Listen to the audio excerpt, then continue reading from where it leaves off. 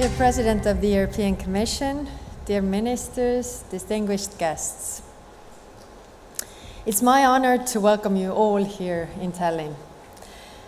When times are hard, we must stand united. United in solidarity with the people of Ukraine. Russia may be testing us and trying to divide us, but we can show that it's mission impossible for him. We are not here today to talk about the past or even the present. We are here today to talk about the future. We have had a reality check. We have had to face Russia's war against Ukraine and the COVID-19 lockdowns, an increasing rivalry with authoritarian countries, physical and cyber attacks against vital infrastructure. We see what happens when we connect ourselves to partners who weaponize our trust. We became over-reliant for our essential needs on countries who do not share the same values, but the era of such interdependencies has come to close. Now we have entered a new era of globalization that prioritizes security over economic efficiency. We need to rethink existing political and economic alliances. We have NATO for collective military defense. But where can we turn to in case of economic security? And what should a trusted economic architecture fit for the 21st century look like? Instead of waiting solutions to come to us, we should offer them. That is how we operate in Estonia. And that is why we are here today, to harness our economic power and our moral leadership. Articulate a vision for a future that is free, open, secure, and prosperous. A future where Europe and its partners lead in solidarity and with competitive advantage. A future defined by trusted connections and trusted partnerships. The foundations of this future are trusted connectivity and the global gateway. Estonia, owning to its history and geography, has long been wary of unreliable partners. It was our conscious decision many years ago to decouple ourselves from Russian energy. This came at a considerable cost. Today, Estonia is one of the few European countries least reliant on Russian gas. We knew that the prevention is better and far less costly than the cure. This is why, at the same venue just 1 year ago, Estonia introduced Trusted Connectivity, a conceptual framework for organizing political and economic relations among trusted partners, namely trusted partners across the world who are committed to upholding the rules-based order and to protecting human rights and individual freedom. The proposition of Trusted Connectivity is straightforward: to connect the like-minded countries through trusted partnerships based on shared interests and values and the highest standards, thus reinforcing trust in global political and economic relations across the free world. The European Union's global gateway is the embodiment of trusted connectivity in practice. It is Team Europe's positive value-based offer of cooperation to developed countries and emerging economies alike. It is an offer to deliver economic and energy security and to bridge digital divides. Governments, financial institutions, and the private sector all working together to boost competitiveness, deliver benefits to partners, and empower local communities. The Global Gateway also advances Europe's strategic autonomy, being reflection of our trailblazing legislation on critical raw materials, batteries, and semiconductors. And it is already delivering on the ground in Africa, the Western Balkans, Latin America, the Caucasus, Central Asia, with many more projects soon to follow. Ladies and gentlemen, the free world's united front against authoritarianism is being tested, and it's growing stronger in it.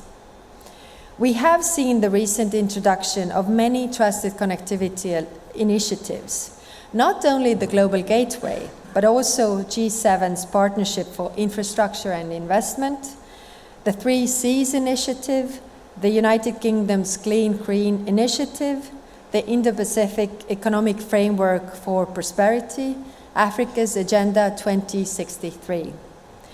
These will allow us to build partnerships, not dependencies. It is trusted connectivity that ties these many initiatives together.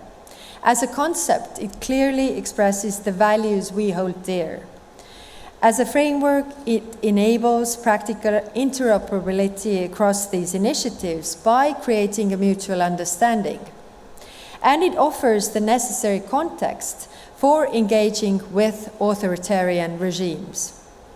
Trusted connectivity informs our decoupling from unreliable partners, replacing these with trusted alternatives, whether we talk about the global value chains, submarine cables, finance, or new technologies. And this is vital, because it is connectivity, digital and physical infrastructure, that is at the heart of our moment in crisis. Connectivity links up national, economic, energy, and cyber security. It links up the digital and green transformations. It links up trade and supply chains. Connectivity is the smartphone in your pocket, the lights in this room, and the tax return you submit online. It is the source code of our e-government, and it's the software in 5G networks. And thus, our digital existence also reflects our values and standards. There is immense global demand for infrastructure. We cannot let autocracies be the ones who respond to this demand uncontested. We have seen where this leads, a synergy of failures. Investments from autocracies corrode good governance and pollute the environment. They drive the recipient country into debt trap. This is the high cost of a dependence, and the most harm is suffered by the most vulnerable. Dear participants, we stand strongest when we stand united. The European Union responded to our moment in crisis with solidarity and resolve, all together as Team Europe. NATO and the wider transatlantic community are stronger than before. Our offer to the world of positive, values-based, trusted partnerships is a message that rings louder than it rang before. And I strongly believe we are more ready to rise to the occasion than before. As we respond to our shared challenges today, we are tracing a path to brighter tomorrow. On this path, we need to ask ourselves, are we willing to pay the premium of trust, or are we not? I think the answer is very clear. Trust may come at the price, but it is price worth paying. We cannot let the sacrifices Ukraine has made be in vain. We have to learn the lessons of over-reliance and interdependence. We have to ensure that freedom, prosperity, security, and democracy prevail. So let us stand together. Let us show we are in it for the long haul. Let us build a better tomorrow together. Alongside with our friends from the United States, the G7, Indo-Pacific, Africa, Latin America, and beyond. This is the promise of trusted connectivity and the Global Gateway. I'm glad to welcome Ursula von der Leyen here with us today to tell us about the positive vision of a Global Gateway. I commend her personal leadership on this issue and to this initiative. I welcome all of you who are here in person and also those who are watching us online. We will not resolve our problems in these 2 short days, but laying the groundwork begins here and now. This is what the Tallinn Digital Summit is all about, a platform for the Global Gateway and other trusted connectivity initiatives to convene and coordinate, to mobilize our collective power across all collective efforts.